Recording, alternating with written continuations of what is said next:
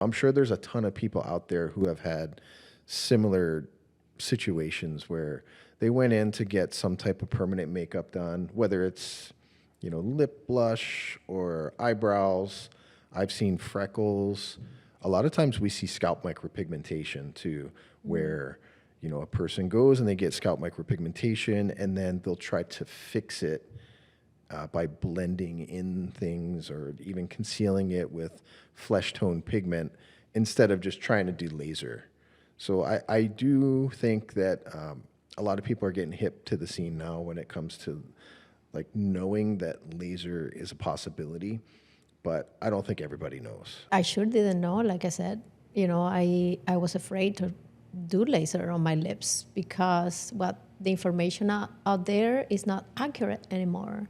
Like things have changed. There is better technology. There is better technicians. People more prepared. People more educated about the topic and how to do it properly, like yourself. So that's why I took the decision to come here. But a lot of people don't know that it's quite achievable to do a laser and remove a lot of that oversaturated ink that doesn't look good. A lot of people are aware that there are some risks involved with getting lip blush removal. And some of the risks may outweigh what they're dealing with in their current situation. So that's a tough spot to be in when you look in the mirror and you're not happy with what you're looking at, but the solution may have some negative effects that would outweigh having the lip blush or the tattoo in the first place. That's true. And let's just talk about some of the possible outcomes that wouldn't be ideal. The main one is oxidation. So any pink pigment, well, most pink pigment would have white in it. And white, as most people know, and if you don't know, now you do, white, when it's hit by the laser, has a tendency of darkening and oxidizing and darkening. And in some cases, it will lighten up after a little bit of time, and in other cases, it will not. So that's the risk that people take when they come in to get laser, is that they don't know if their pigment's going to darken or if it's not. We've had several clients who have come in who have gone to other laser technicians or other studios to get their lip blush removed, and they just have a black ring around their lips.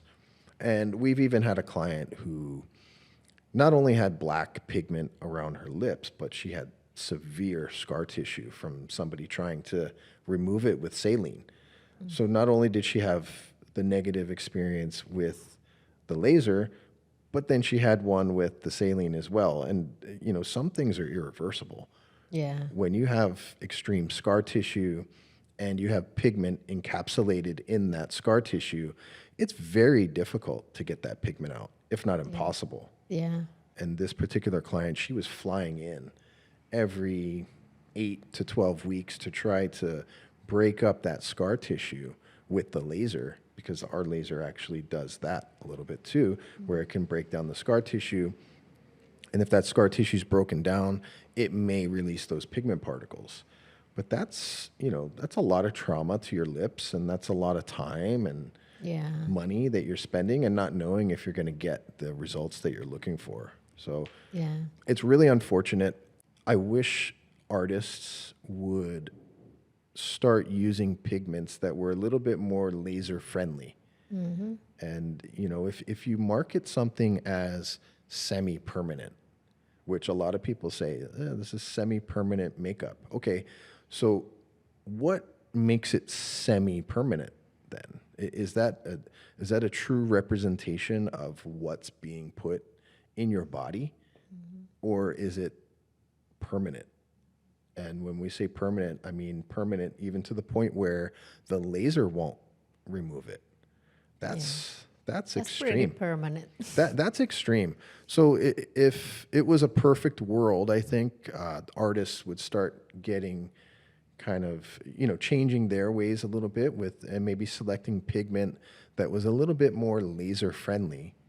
And if you knew for a fact, like, I'm going to put this pigment in your skin, but if there comes a time when you don't like it, we can easily laser this off without it having any negative impact on your life, Yeah, then it's true. then it would be a great service, I think. Yeah, that's why because of what happened to me, everything I do is almost semi-permanent. I can't say permanent because I'm using different inks, so I'm not using the ink that I was taught to use to tattoo. I use ink that are like brighter red, so they have less white.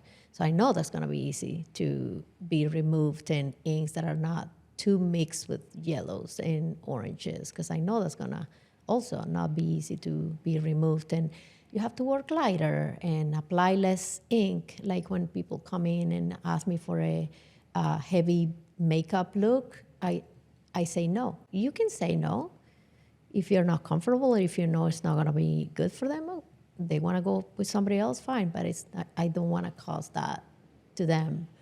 The downside to that is you're going to make less money. I'm okay with that. Yeah, you know, but hopefully people will find out that you're somebody who cares not only about the business but about the clients. Yeah, exactly. I think another downside to what you were talking about with applying pigment later or using pigment that's not as saturated. Yeah. Probably another downside to that would be that people would not see long-lasting results, and they may have to come in for multiple touch-ups over the years, as opposed to somebody who just hammers in pigment that's never going to fade. So there is. I'm okay with that downside. I I can take the hit. It's no problem, because I don't want to do a job that I know for certain is gonna look chalky, it's gonna look heavy, and it's not gonna look classic and beautiful in a few years on the road. I'd rather do something that's gonna last 3-4 years, and then they come back. They can, you know what? Even they can come back for one touch up a year. It's more affordable, and it's gonna look so good on their skin. And the trade-off is if they decide at some point that they want to part ways with their It's gone. permanent makeup, Yeah. then they can laser it off, and they know that they won't have any negative impact on Exactly. the way that they look, because it after all, it is your face. It's not like it's a tattoo on your leg or something where you can cover it with a big sock.